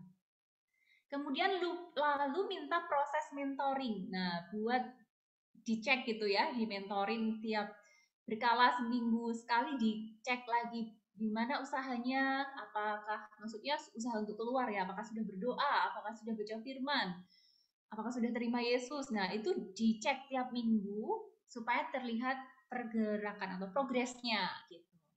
Dan punyai komunitas yang aman. Jadi komunitasnya nggak sekedar pembimbing rohani, tapi juga teman-teman persekutuan. Itu yang akan membuat proses keluar kita dari perjuangan, keluar dari overthinking kita itu akan lebih cepat dan lebih ringan gitu ya. Nah, kenapa harus ke pembimbing rohani loh, karena teman-teman ini di 1 Tesalonika ya, saya lupa mungkin tercoret gitu alamatnya. Yang jelas ini dari 1 Tesalonika ayatnya bahwa Paulus dan Timotius itu memberi contoh juga. Dia jadi seorang ibu yang mengasuh dan merawati anak-anaknya, dia membagi hidup adik-adiknya menjadi seorang yang dia sangat kasihi. Nah, teman-teman, kalau teman-teman ketemu orang yang seperti Paulus dan Timotius di gereja, di STT ataupun dimanapun, manfaatkan mereka, jangan diamkan. Pakai apa ya, sarana Tuhan ini untuk kalian bertumbuh. Datang padanya, Ci, Kak, Lause, tolong saya sedang begini begitu. Kok tolong saya. Ceritakan. Kamu akan tertolong, justru akan tertolong. Daripada kalian diam dan tidak membahasnya. Kalian akan dibawa jauh oleh overthinking itu masuk ke dalam dunia yang depresi dan menghancurkan masa depan kalian. Yang kelima saya usulkan adalah self-care. Nah, saya tidak akan panjang lebar di sini karena self-care kemarin 2 minggu yang lalu saya bawakan sesi ini aja 1 jam lebih ya, diskusi sampai hampir 2 jam. Jadi saya hanya kasih istilah ini untuk teman-teman sekedar tahu bahwa ada solusi yang namanya self-care yang dasarnya 1 Korintus 6 ayat 19-20 yang mengatakan bahwa tubuh kita itu bait Roh Kudus. Kita sudah dibeli dengan harga yang lunas dibayar oleh Kristus, darah yang sangat mahal itu, yang nilai tubuh kita itu senilai nyawanya Tuhan Yesus. Karena nilai tubuh atau hidup kita itu sangat berharga, maka kita perlu perhatikan, kita perlu jaga self-care tubuh kita. Ini memang istilah psikologi ya, tetapi ada dasar firman Tuhan yang bisa kita lakukan asal tujuan kita hanya untuk menghargai Tuhan dan memuliakan Tuhan, kita bisa memakai self-care atau istilah psikologi atau apa ya, wahyu umum gitu ya, kebenaran yang kita dapatkan dari wahyu umum dari ilmu psikologi ini untuk membantu kita, menolong kita untuk keluar dari negatif overthinking kita. Maksud contohnya lah ya, contohnya itu bisa dengan worry window atau overthinking window. Itu ada istilah yang mungkin agak kurang familiar untuk teman-teman, saya jelaskan dikit aja ya. Yang itu tentang membatasi saya takut. Kalau saya takut setiap hari, setiap saat, itu kan membuat saya nggak bisa kerja apa-apa. Nah, kemudian saya akan batasi untuk saya nggak takut di pagi sampai malam. Saya akan coba datangi tuh rasa cemas, rasa overthinking tadi hanya di waktu-waktu saya bisa berdoa gitu. Jadi sembari berdoa, temui overthinking dan worry itu untuk cemas itu untuk dibawa pada Tuhan. Nah, itu salah satu self care. Termasuk saya cerita sedikit ya, sebenarnya kan saya termasuk overthinking yang karena perfeksionis gitu ya. Jadi ketika saya menyiapkan bahan ini teman-teman, saya tuh ingin memberi yang terbaik. Saya berjuang keras untuk slide dan sebagainya. Nah, ketika beberapa hari yang lalu saya sudah capek, saya harus self care. Nah, itu strategi di mana supaya saya tidak overthinking mikirin slide ini terus, mikirin pelayanan ini terus. Maka saya self care. Saya sejak kemarin siang saya berhenti, saya tutup ini bahan-bahan saya ketemu teman, saya banyak berdoa. Kemudian hari ini saya potong rambut gitu ya, karena saya ingin menjaga diri saya tidak dibawa oleh overthinking untuk stres karena overthinking ini. Maka saya self care, saya menjaga bait Allah yang ada di dalam diri saya ini dengan melakukan hal-hal yang menolong saya untuk rileks dan lebih aman gitu ya secara holistik. Kemudian yang terakhir teman-teman, lega ya, sudah ada kata terakhir, yaitu meminta bantuan konselor Kristen sebagai sarana Allah menolong kita. Nah, kenapa harus ada poin ini loh, Tadi kan nomor 1 sampai 5 tuh sudah kayaknya hebat sekali tuh, sudah bisa dikerjakan tuh. Nah, teman-teman, karena jawabannya ada di Galatia 6 ayat 2 ya. Selain karena alasan kemampuan konselor yang sudah studi 4 tahun, saya studi di saat 4 tahun, belajar, dilatih, dimentorin oleh konselor karena saya dididik, makanya saya punya istilahnya pengetahuan yang lebih banyak tentang konseling, tentang persoalan psikologis. Tetapi ada Galatia 6 ayat 2, teman-teman. Bertolong-tolonglah menanggung bebanmu, demikianlah kamu memenuhi hukum Kristus. Jadi, ketika teman-teman datang kepada konselor, teman-teman itu sedang menyediakan diri untuk ditolong. Konselor ini bisa menolong teman-teman. Jadi ada istilahnya relasi tolong menolong tuh antara seorang konselor kepada kliennya. Ya mungkin yang menolong lebih banyak memang konselornya ya, tetapi kita sedang memenuhi hukum Kristus tuh kalau kita menggunakan fasilitas ini. Gitu. Karena kenapa ada kuliah konseling kalau Tuhan tidak mengizinkan? Kenapa ada pelajaran konseling pastoral kalau Tuhan tidak mengizinkan? Tuhan mengizinkan. Oleh karena itu pakailah sarana Allah yang Tuhan sediakan ini untuk memenuhi hukum Kristus. Daripada kita overthinking terus-menerus gak selesai-selesai, kan mending kita ditolong oleh orang yang punya keahlian di situ. Nah, saya mau minta tolong lagi nih, salah satu untuk membacakan firman Tuhan ini. Loh, Wewe bisa tunjuk lagi tuh teman-teman Youth GKY Kuta, salah satu lagi. Boleh, Lausewin. Mau yang pria atau yang wanita? Wanita, gantian. Oke. Coba minta Kesia. Apakah Kesia Marcella, apakah bisa baca? Suaraku kedengeran ya? Kedengeran, Kes. Oke. Di 1 Korintus 12 ayat 7 sampai 8. Tetapi kepada tiap-tiap orang dikaruniakan pernyataan roh untuk kepentingan bersama. Sebab kepada yang seorang roh memberikan karunia untuk berkata-kata dengan hikmat. Dan kepada yang lain roh yang sama memberikan karunia berkata-kata dengan pengetahuan. Oke, thank you Kesia. Terima Di firman Tuhan ini dikatakan teman-teman bahwa kita dikasih karunia yang berbeda-beda, termasuk karunia konseling itu juga karunia Tuhan.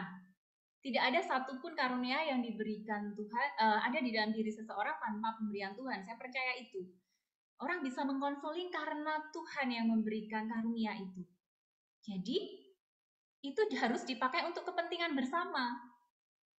Nah, saya mengkonseling banyak mahasiswa ataupun klien di luar STTB ya, itu untuk kepentingan bersama. Untuk apa tadi? Yang tadi loh, yang supaya gereja tidak hancur, supaya gereja tidak apa istilahnya, pertumbuhannya terhambat. Saya berjuang untuk menolong teman-teman semua untuk bertumbuh di dalam Kristus, untuk kepentingan Kristus. Jadi kenapa tidak memakai orang-orang yang punya karunia berkata-kata dengan hikmat atau punya pengetahuan ya. Dalam konseling perlu sekali hikmat ya. Teman-teman yang sudah sering konseling mungkin sempat tahu juga bagaimana kalau di konseling konselor, kadang konselornya diam, mendengarkan, kemudian berdoa, itu karena ingin mendapatkan hikmat dari Allah itu untuk menolong teman-teman. Jadi kenapa tidak memanfaatkan yang Tuhan sediakan? Nah, ini sedikit pengetahuan ya, teman-teman. Konselor itu membantu kita mengurai lapisan-lapisan yang ada di balik negatif overthinking. Ada lapisan apa sih, Lose? Ada banyak, teman-teman. Jangan berpikir di dalam, ini kan overthinking itu sebenarnya action di sini ya. Gunung es yang kelihatan itu perilaku kita. Overthinking kita kelihatan, tetapi itu tuh cuma puncaknya ini loh, teman-teman. Di bawahnya tuh banyak sekali nih. Nah, ada beberapa teman yang sedang belajar tentang psikologi perkembangan ya. Mungkin teman-teman yang sudah, nggak semuanya dapat sih ya, tapi di dalam psikologi perkembangan itu menelusur stake demi stake, tingkat demi tingkat dari perkembangan seseorang yang membentuk ini, teman-teman. Di dalam masa tumbuh kembang kita itu, kita punya terbentuk core belief, core value.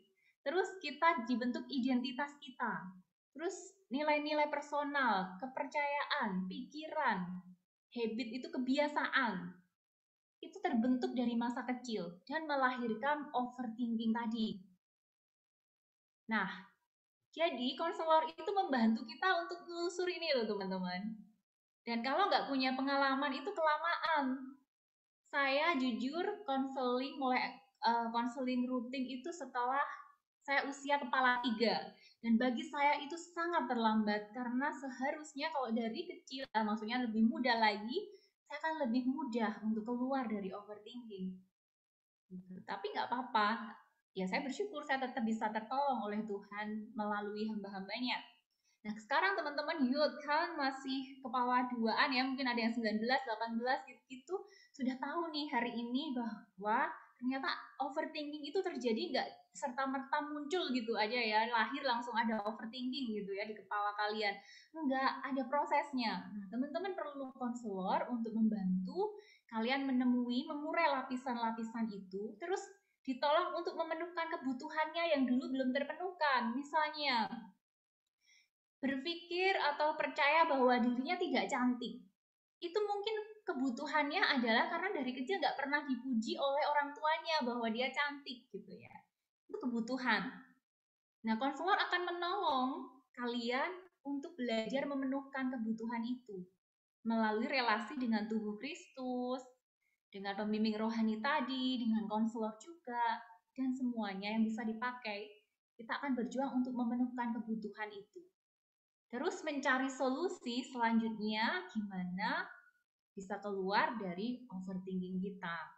Nah, itu penjelasannya ya, kenapa poin terakhir Lause Wiwin tetap sebut poin ini. Bukan hanya karena saya konselor gitu, bukan hanya karena saya promosi profesi saya, enggak, tetapi karena memang ada alasannya.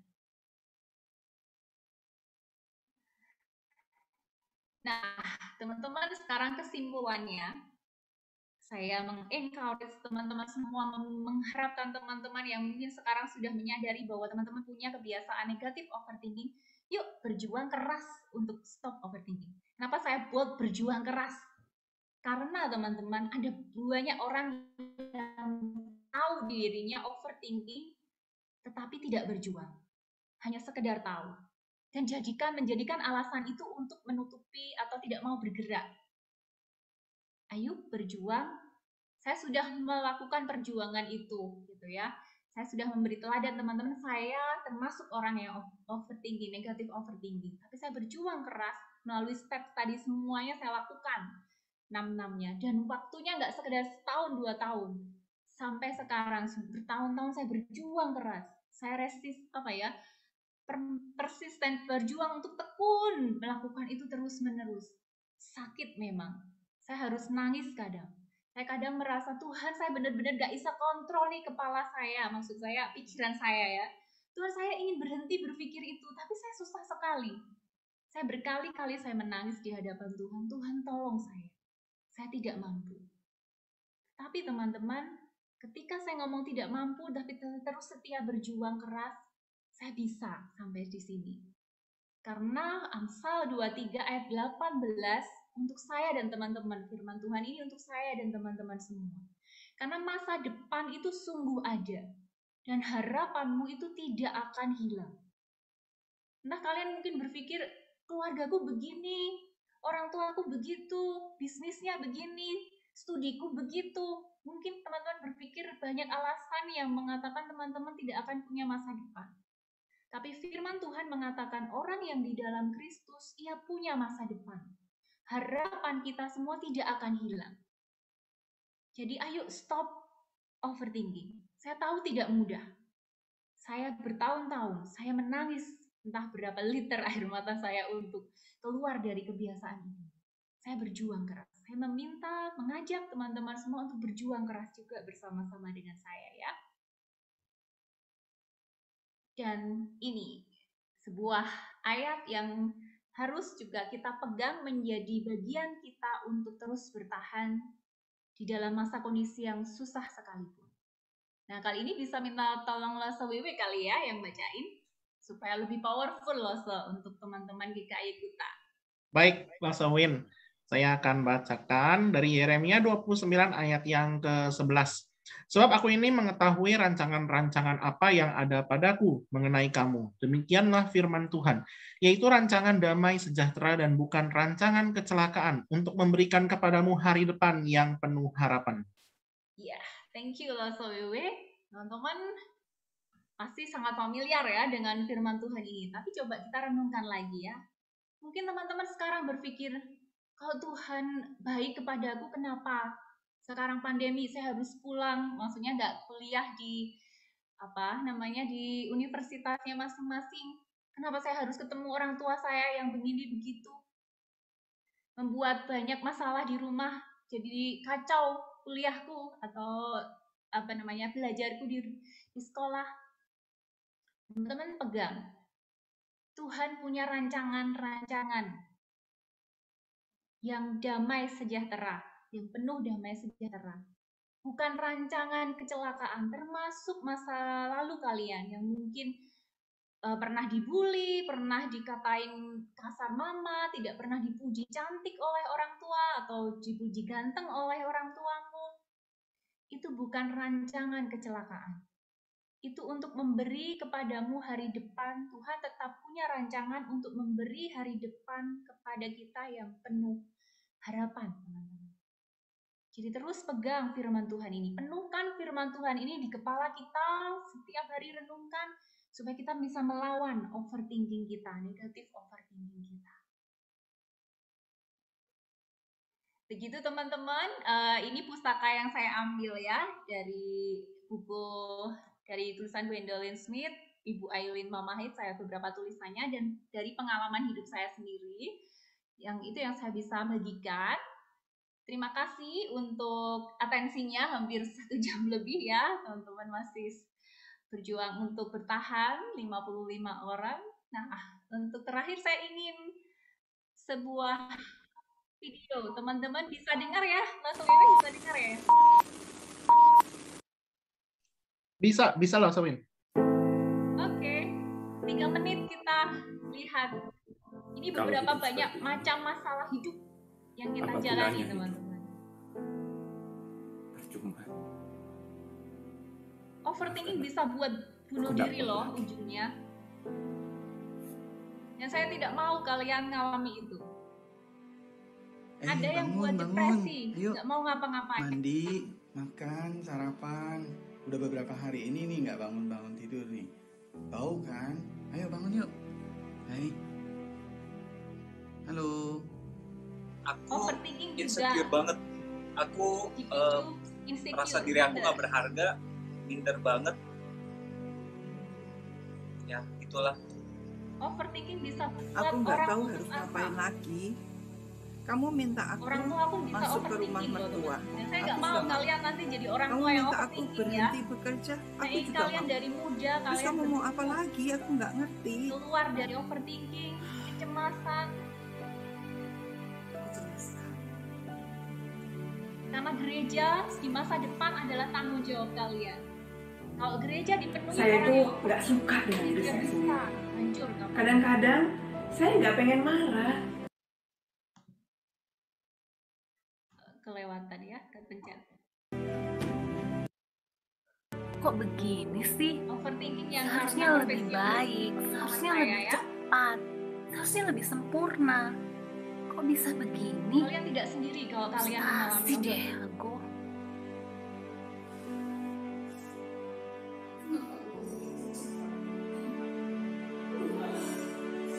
Mungkin sekarang kalian juga sedang berusaha di masa pandemi ya, entah juga karena orang tua ataupun bisnis tadi.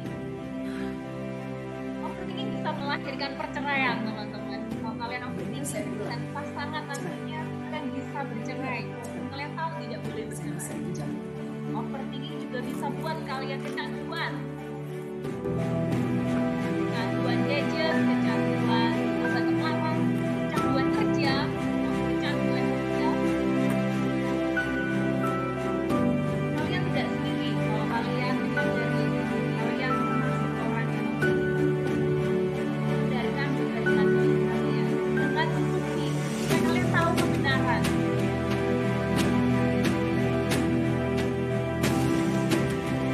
Ada banyak lembaga konseling, tidak hanya Halo Konselor, tapi tentu saja dipilihkan untuk penumbukan pribadi kalian, untuk keluarga kalian, termasuk nantinya juga akan bukan gereja GKY kita. Saya ingin gereja dimanapun termasuk GKY kita kuat karena orang-orang yang dipimpinnya itu penuh kebenaran firman Tuhan. Dan nantinya kita akan jadi kebenaran kita terang.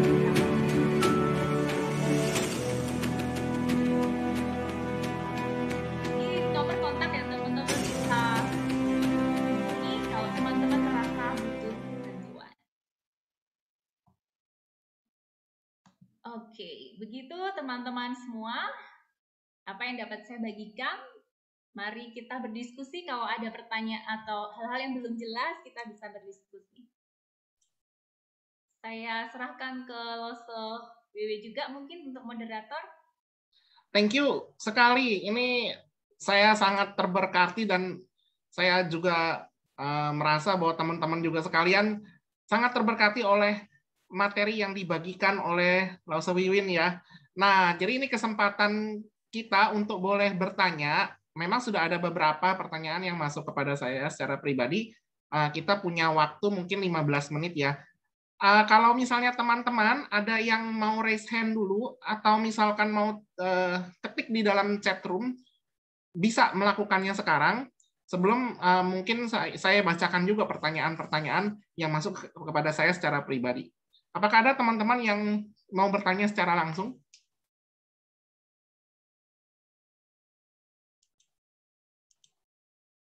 Ya, saya lihat ada 1.000 orang yang angkat tangan. Puji Tuhan.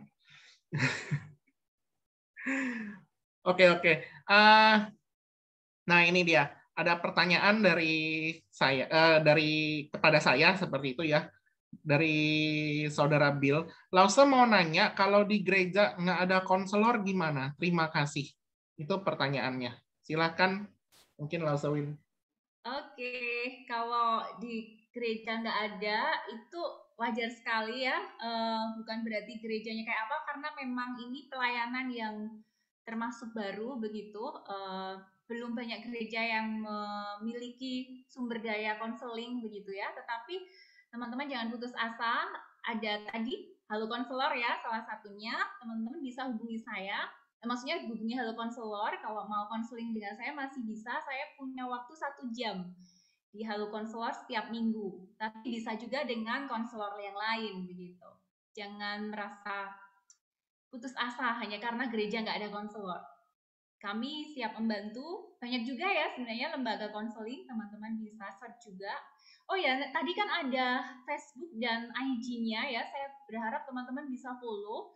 Bukan supaya followernya Halo Konselor banyak, bukan. Tapi ada konten-konten yang cukup menolong. Mungkin teman-teman bisa dapat pencerahan ya ketika follow akun ini. Karena saya sendiri juga terus belajar dari akun ini, dari teman-teman konselor, sesama konselor yang lain gitu. Gitu jawaban saya, Lose WW untuk pertanyaan ini. Mungkin ini pertanyaan dari saya untuk membantu juga pertanyaan tadi. Ini free nggak, Se? Nah, kan ini kan yang mungkin jadi kekhawatiran dari teman-teman kayak gitu. Free nggak kalau di Halo Konselor ini? Halo Konselor free ya, tidak dipungut biaya. Teman-teman silahkan daftar aja, tidak akan ada pertanyaan atau rekening minta itu ya. Tapi kalau misalnya suatu saat terberkati dan rindu menolong, memberi persembahan boleh, gitu, boleh chat juga ke admin minta nomor rekeningnya, tetapi tidak dipaksa dari awal gitu ya. Per pertemuan harus bayar sekian, begitu enggak. Tapi kalau misalnya digerakkan Tuhan untuk membantu, memang Halo Konselor membuka diri untuk diberkati juga gitu. Begitu Lose. Baik, Lausewin. Ini ada pertanyaan lagi. Saya nggak sebut nama kali ya. Nah, pertanyaannya gini. Malam Lause mau tanya bagaimana cara kita menentukan orang yang akan kita ajak sharing, suka takut dan nggak percayaan soalnya. Atau bagaimana cara kita menyikapi perasaan takut dan nggak percayaan itu. Thank you, Lause. Oke. Saya dengar itu jadi cukup ini ya, cukup merasakan perjuangan kamu. Ini cowok apa cewek ya, Lose? Cewek. Iya, saudariku gitu ya, adikku perempuan gitu ya. Iya, itu sebuah permasalahan zaman sekarang yang cukup ini ya. Kadangkala kita susah menentukan mana nih orang yang bisa kita percaya. Kadangkala teman dianggap baik, ternyata membicarakan di belakang juga tuh. Nah, itu sebuah dilema yang memang kita alami gitu. Jadi saya mencoba untuk memahami gitu ya, bahwa ini persoalan yang tidak mudah untukmu. Tetapi ingat, masih ada Lose WW juga yang pikir Lose pasti bersedia kan kalau ada anak youth yang mau sharing ke Lause kan? Siap pasti. Nah, bisa dimanfaatin tuh. Atau mungkin ini ya, istilahnya sama Lause WW, aduh sungkan gitu ya. Kalau sama yang sudah senior sungkan gitu. Mungkin bisa ke konselor tadi, atau sebenarnya bisa ke persekutuan ya, teman-teman persekutuan di GKY Kuta, mungkin yang dipilih jadi istilahnya ketua dan sebagainya, mestinya sudah disaring juga kali ya, Lose WW, orang-orang yang bisa dipercaya seperti itu. Jadi teman-teman pilihlah kriterianya, mungkin yang jelas pasti orang yang harus takut akan Tuhan ya, yang benar-benar hidupnya itu bersih, ya nggak mungkin sempurna juga ya, tetapi yang berjuang untuk bertumbuh, yang mau KTB, yang mau belajar firman Tuhan, yang rajin ke gereja, itu orang-orang yang layak kita masukkan kriteria yang mungkin bisa membantu kita begitu. Tapi kalaupun belum berani pun bisa langsung ke konselor kok gitu, ke Halo Konselor bisa, saya bisa bantuin juga, bisa chat admin, saya akan coba. Mungkin saja di balik tadi ya, di balik persoalan ketakutanmu, ada hal-hal yang bisa kita diskusikan supaya kita bisa cari solusi yang lebih tepat untuk kamu bisa lebih berani. Karena pasti akan mengalami ditolak orang juga ya. Kadang kita sudah keburu percaya sama seseorang, ternyata orang itu mengingkari janji kepercayaannya gitu. Nah, teman-teman juga harus siap tuh seperti itu. Tapi tetap bisa diatasi ya. Saya senang ini pertanyaannya pasti terinspirasi untuk mau bertumbuh melakukan strategi yang keberapa tadi ya, yang keempat kalau nggak salah, yang mau cerita kepada orang lain, tubuh Kristus yang lain. Terima kasih, saya senang kamu pasti sudah punya komitmen tuh, saya mau keluar dari overthinking. Ya, hebat. Saya menghargai perjuanganmu, kejujuranmu, dan niat baikmu untuk bertumbuh. Tuhan berkati dan terus berjuang ya, adik perempuanku. Tidak ada nama soalnya, maaf. Gitu loh Sob BW. Iya, baik. Ini ada pertanyaan kembali yang masuk, Lause Win. Saya bacakan ya. Halo Lause, ini dari wanita ya. Halo Lause, mohon bertanya, bagaimana cara kita mengelola informasi yang terlanjur tidak sengaja diterima dan itu membuat kita menjadi lebih overthinking. Padahal kita lagi berusaha untuk lepas dari overthinking. Terima kasih. God bless you. Nah, ya memang itu ya, kalau sudah masuk tuh informasi ke pikiran kita, memang jadi susah. Makanya memang kalau bisa hati-hati untuk memasukkan informasi-informasi itu ya di dalam otak kita. Tapi kalau sudah terlanjur gimana nih Lause? Nah, teman-teman sebenarnya itu perbuatan si jahat semua ya. Setiap hal yang membuat kita jatuh dalam dosa, itu pasti perbuatan si iblis gitu di baliknya. Nah, kalau iblis menaruh kebohongan atau pikiran-pikiran yang tidak baik tuh di kepala, kita perlu mengcounternya, melawannya dengan kebenaran firman Tuhan pastinya ya. Firman Tuhan itu di bagian ini ya, di bagian ayat yang lain, bagian Alkitab lain di PL, dikatakan firman Tuhan itu tajam, bisa memisahkan pikiran-pikiran dalam hidup kita, perasaan begituan. Nah, firman Tuhan itu tajam dan sanggup membuat kita keluar dari jerat overthinking itu. Jadi, kalau tadi misalnya informasinya yang masuk A gitu ya, kita lawan dengan kebenaran B dari firman Tuhan. Jadi, aku kan tidak tahu ya, Lause nggak tahu itu informasinya kayak apa, kan Lause nggak tahu. Tetapi coba nanti bisa diskusi sama Lause BW kali ya. Lause ini loh informasinya. Nanti Lause BW akan carikan pasti kebenaran firman Tuhannya yang mana. Nanti bisa firman Tuhannya bisa mulai dihafal atau direnungkan tiap hari itu. Jadi dilawan dengan pedang roh firman Tuhan. Itu salah satu contoh praktisnya. Jadi susah ya kalau nggak ada nama ya, nyebutnya gimana. Iya, begitulah Sob WW. Tapi kalau misalnya masih susah melawan firman Tuhan, tadi yang didoakan tadi ya, mulai dimasukkan aja dalam pokok doa. Tuhan, saya kesulitan melawan pola pikir informasi ini.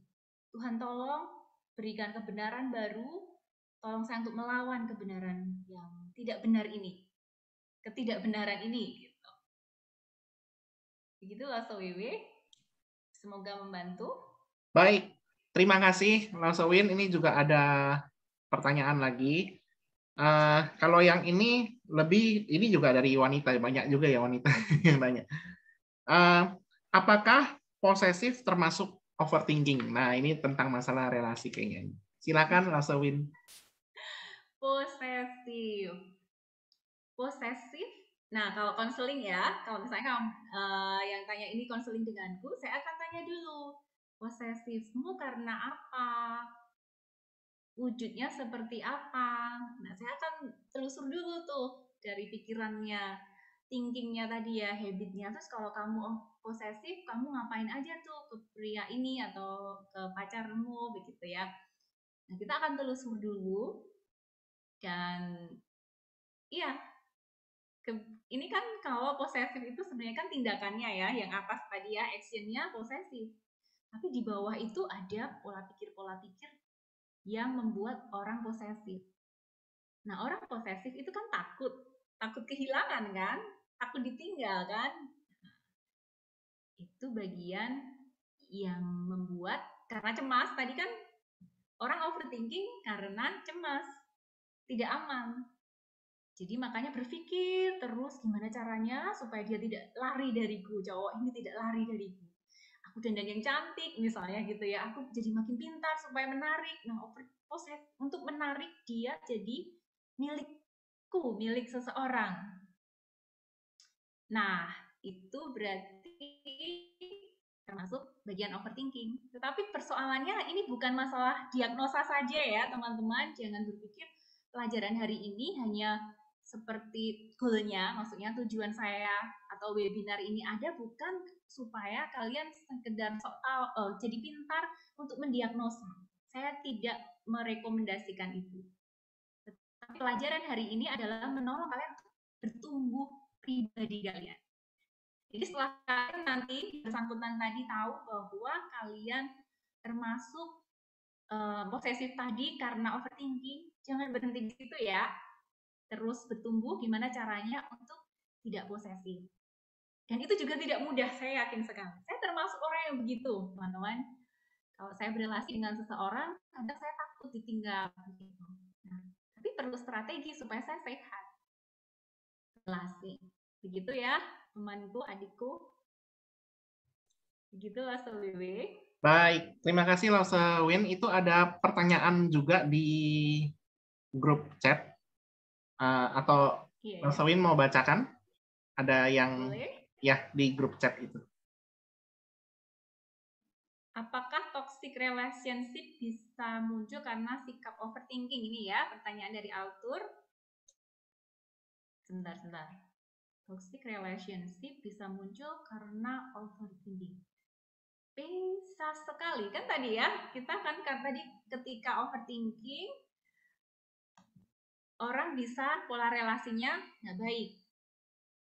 Nah, kemudian toxic relationship kan termasuk relasi yang toksik ya, yang membuat kita nggak bertumbuh.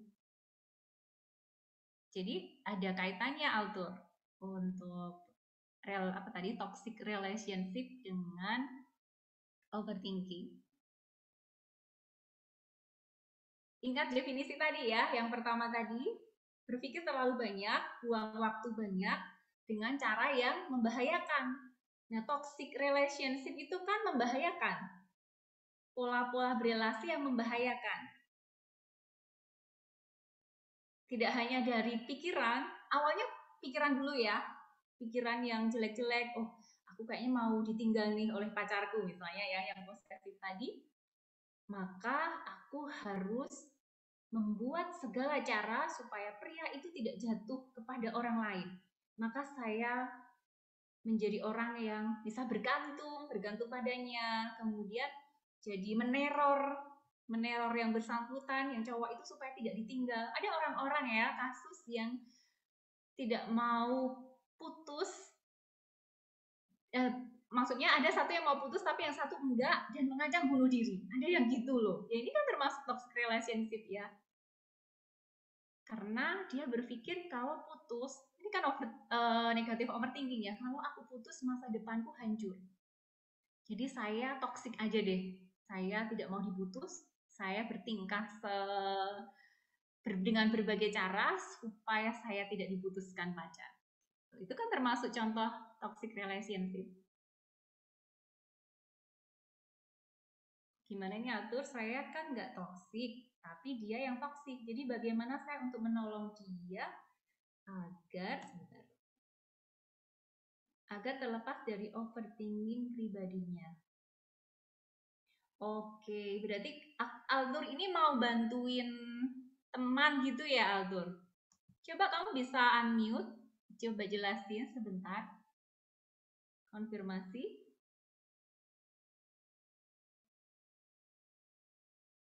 Halo Altur.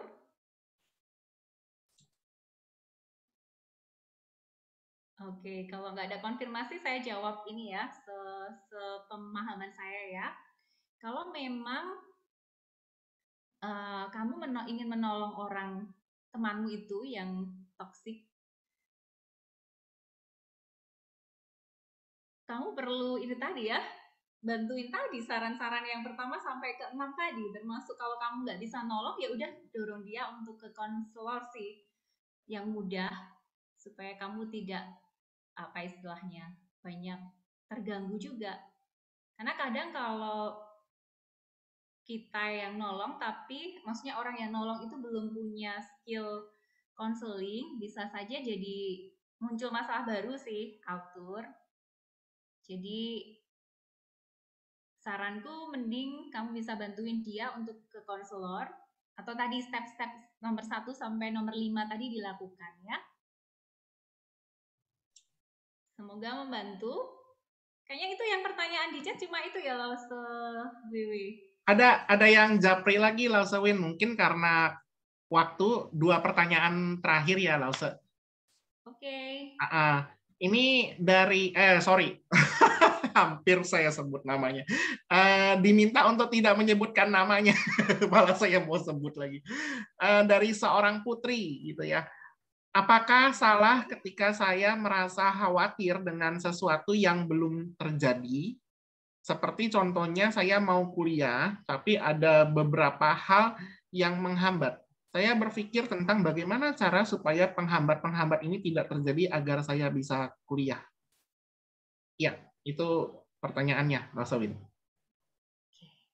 Teman-teman semua, secara umum ya, nggak sekedar perasaan takut. Tadi kan yang ditanyain perasaan takut ya, tapi semua perasaan teman-teman, baik marah, frustasi, lelah, terus perasaan apa lagi yang negatif ya, sedih. Kalau itu muncul dalam diri kita teman-teman, itu wajar. Itu bukan sebuah dosa, belum sebuah dosa kalau hanya merasakan sedih, kemudian tadi ya yang cemas. Jadi kita tidak bisa mengatakan karena tadi cemas untuk masa kuliah ya, tentang kuliahnya terus salah gitu ya. Tetapi perasaan negatif-negatif tadi itu tidak membangun. Ngerti ya, bedakan ya. Sebenarnya nggak salah, tetapi itu bisa kalau berlama-lama, jadi rasa sedihnya berlama-lama, kan tadi nggak bisa produktif, nggak melakukan sesuatu yang perlu dilakukan. Jadi kayak tadi loh gambar yang dijerat oleh laba-laba tadi, gara-gara perasaan itu, jadi nggak mengerjakan. Terus diam dan lari malahan. Nah, yang perlu kamu lakukan supaya itu tidak menjadi persoalan yang tidak baik dalam hidupmu, menghancurkan hidupmu, adalah mengakui tadi, melakukan bagaimana kamu berjuang untuk keluar dari itu. Jadi kamu sudah mengakui bahwa kamu termasuk di area overthinking tadi, itu hal yang baik ya, mengakui, dan ini malah ditanyakan lagi di webinar lagi, itu sebuah langkah yang berani tuh. Itu akan membuatmu punya komitmen untuk benar-benar akan keluar tuh dari overthinking ini. Jadi itu sebuah langkah yang sudah baik. Nah, sekarang yang diperlukan bukan masalah itu salah apa enggak, tapi yang penting adalah apakah kamu akan terus-menerus dijerat oleh perasaan itu. Kan nggak mau kan, aku aja yang belum ketemu kamu loh, aku nggak mau kamu gitu terus di stake itu, di tingkat itu. Aku mau kamu bertumbuh, aku mau kamu keluar dari overthinking, dan kamu membangun relasi yang sehat di GKI Kuta, dan nanti juga jadi berkat di GKI Kuta. Aku yang nggak kenal kamu ingin begitu loh, apalagi dirimu sendiri. Kamu pasti juga ingin berkeluar kan dari overthinking. Lo sewiwe pasti juga sangat setuju bahwa yang penting adalah bagaimana next-nya. Begitu, Loso Wiwi, jawaban saya. Semoga menyemangati pribadi ini ya, pribadi berharga ini. Baik, thank you. Nah, ini pertanyaan terakhir ya, mohon maaf. Ini pertanyaan terakhir, kalau ada pertanyaan yang masuk lagi karena waktu, mungkin bisa tanya secara pribadi, karena nanti bisa menghubungi Halo Konselor gitu ya, Lasowin ya. Boleh. Nah, jadi ini ada satu pertanyaan lagi dari seorang putri. Gimana caranya nggak overthinking menjelang deadline? Gitu, Sa. Iya ya. Pasti deadline itu menakutkan. Yang pertama, teman-teman, kalau punya kebiasaan takut dengan sebuah masalah di depan, teman-teman tadi cermati dulu ya, saya itu kenapa bisa seperti ini. Nah, kalau karena memang kebiasaan di rumah kayak gitu, kemudian ada banyak tadi ya sebab-sebabnya yang trauma dan sebagainya tadi kalian rasakan, yang pertama yang kamu harus lakukan adalah kamu sudah mengakui itu baik, tapi yang selanjutnya adalah jangan menyalahkan dirimu, tapi kasihi dirimu. Kamu pribadi berharga, pribadi milik Allah yang sedang tadi Tuhan sudah punya rencana yang besar untukmu. Tuhan mau kamu keluar dari overthinkingmu. Jadi teruslah berproses. Gitu. Dan gimana caranya? Tadi ya, mulai yang pertama kamu sudah mengakui. Coba cek sudah terima Tuhan Yesus belum nih? Yang tanya ini, penanya ini. Kalau sudah, kamu dapat jaminan loh, kamu ciptaan baru. Kamu bisa keluar dari overthinking. Terus kalau sudah jadi ciptaan baru, kamu rajin belajar firman Tuhan nggak? Mungkin tadi ya, saran saya yang sebelumnya tadi, di penanya sebelumnya bisa tanya ke Lose WW. Ayat mana Lose yang harus saya pegang supaya saya bisa melawan ketakutan di saat mau deadline? Kan banyak ya Lose WW ayat-ayat tentang ketakutan ya. Pasti Lose WW sangat menguasai. Nanti bisa dipilihkan Lose WW, terus dikasih ke yang bersangkutan untuk dihafal. Supaya firman Tuhan itu memenuhi pikiranmu, jadi overthinking yang mengatakan, aduh deadline, besok saya kayaknya nggak bisa nih. Kamu di counter, misalnya Filipi 4 ayat 19 ya kalau nggak salah, yang segala perkara, 13. Yang segala perkara dapat kutanggung di dalam Dia yang memberi kekuatan kepadaku. Itu ditanamkan sungguh-sungguh di kepala, juga didoakan ya. Mulai pulang dari webinar ini, selesai dari webinar ini, coba punya buku doa, tiap malam didoakan, Tuhan tolong supaya saya tidak ketakutan setiap ada deadline. Nah, nanti kalau semua tadi saran-saran Lause Wiwin ini dilakukan kok nggak selesai-selesai, kamu jangan sungkan hubungi kami ya, di Halo Konselor ataupun di lembaga konseling lainnya. Mungkin memang persoalanmu, penyebabnya ya, penyebab overthinkingmu berat. Jadi perlu ditolong. It's okay, ada jalan keluar kok. Tidak perlu putus asa. Kami siap membantu kamu, dan saya pikir banyak konselor yang akan membantu. Yang jelas tujuannya adalah, ayo kita bangun gereja Tuhan yang kuat, yang bertumbuh ke depannya. Begitu Lause WW. Baik, Lause Win, terima kasih sekali sudah membagikan dan berdiskusi, dan saya ya melihat dan juga merasakan juga ini sungguh-sungguh sangat berharga untuk setiap anak-anak muda yang mendengarkan webinar pada malam hari ini. Dan saya juga mendukung teman-teman, kalau memang teman-teman baik dari yang ada di GKY maupun yang ada di luar GKY ingin konseling ya, seperti itu ya Lause Win ya tadi. Iya. Jangan ragu, jangan sungkan, dan saya juga sudah melihat beberapa teman-teman rekan-rekan juga yang di Halo Konselor itu sangat baik sekali untuk mendengarkan keluh kesah. Jadi jangan khawatir, rahasia terjamin kayak gitu ya. Top secret kalau kayak mungkin di negara-negara ada capnya gitu, top secret, nggak akan bocor kayak gitu. Jadi jangan khawatir, bisa hubungi Halo Konselor, dan saya berani jamin bahwa itu sangat menolong teman-teman. Kalau teman-teman punya pergumulan yang sangat berat, yang mungkin tidak bisa diceritakan kepada orang terdekat dan ingin berbagi beban, nah itu bisa di Halo Konselor. Terima kasih sekali lagi kepada Lause Win, dan kalau teman-teman merasa terberkati dengan webinar pada malam hari ini, teman-teman juga bisa mendukung pelayanan dari Youth GKY Kuta melalui persembahan kasih kepada gereja kami melalui QR Code yang tersedia di layar kaca saudara masing-masing. Baik, terima kasih sekali lagi. Sebelum kita berdoa, alangkah baiknya kita foto terlebih dahulu ya. Boleh, kalau yang masih ada, masih setia di dalam room webinar ini boleh mungkin buka videonya terlebih dahulu untuk kita foto bersama.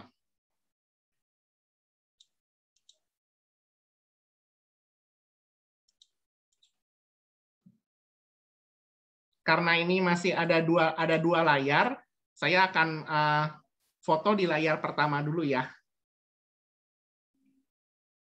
Baik, jika yang sudah siap, kita lihat kamera di layar pertama. 1, 2, 3. Baik, sekarang saya akan pindah ke layar yang kedua. 1, 2, 3. Baik, untuk mengakhiri webinar pada malam hari ini, saya akan menutup di dalam doa. Mari kita sama-sama berdoa. Tuhan Yesus, kami sungguh mengucap syukur ya Tuhan, di mana kami mendapatkan kesempatan yang sangat baik. Kami boleh dapat mendengar mengenai bagaimana caranya kami mengelola overthinking kami ya Tuhan, yang negatif. Mari Tuhan, Engkau yang bekerja di dalam kehidupan anak-anak-Mu yang ada di tempat ini, agar kiranya kami senantiasa boleh menjadi manusia utuh, menjadi manusia yang memiliki gambar Allah yang dipulihkan. Terima kasih ya Tuhan untuk kesediaan dan pelayanan daripada Lause Wiwin. Kiranya Tuhan Yesus yang selalu memberkati pelayanannya, agar kiranya di dalam kehidupannya, di dalam pelayanannya Engkau memakainya menjadi lebih luar biasa lagi. Berkati ya Tuhan untuk Lause Wiwin di dalam kesehatan, di dalam cita-cita ataupun pergumulan, kiranya Engkau yang menjawab pergumulannya satu demi satu. Dan kami juga berdoa untuk setiap anak-anak-Mu yang ada di tempat ini, Tuhan kiranya yang menolong di dalam setiap pergumulan kami, ataupun yang menjadi harapan-harapan kami ke depannya. Terima kasih Tuhan, kami percaya Engkau telah mendengarkan seluruh doa kami ini. Hanya di dalam nama Tuhan Yesus Kristus kami berdoa. Amin. Baik, thank you semua. Terima kasih sudah bergabung di dalam webinar kali ini. Tuhan Yesus memberkati. Terima kasih sekali lagi Lause Wiwin untuk kesediaannya. God bless. Terima kasih. Selamat berjuang teman-teman. Sampai bertemu di kesempatan berikutnya. Thank you Lause. Terima kasih Lause Wiwin. Terima kasih Lause Wiwin. Ya teman-teman. Thank you Lause. Thank you Lause. Thank you Lause. You are welcome. Sama-sama. Saya pamit. Boleh pamit Lause Wiwin? Boleh, silakan Lause Wiwin. Ya, saya akhiri juga ya untuk webinar malam hari ini. Dadah Lause, dadah, see you.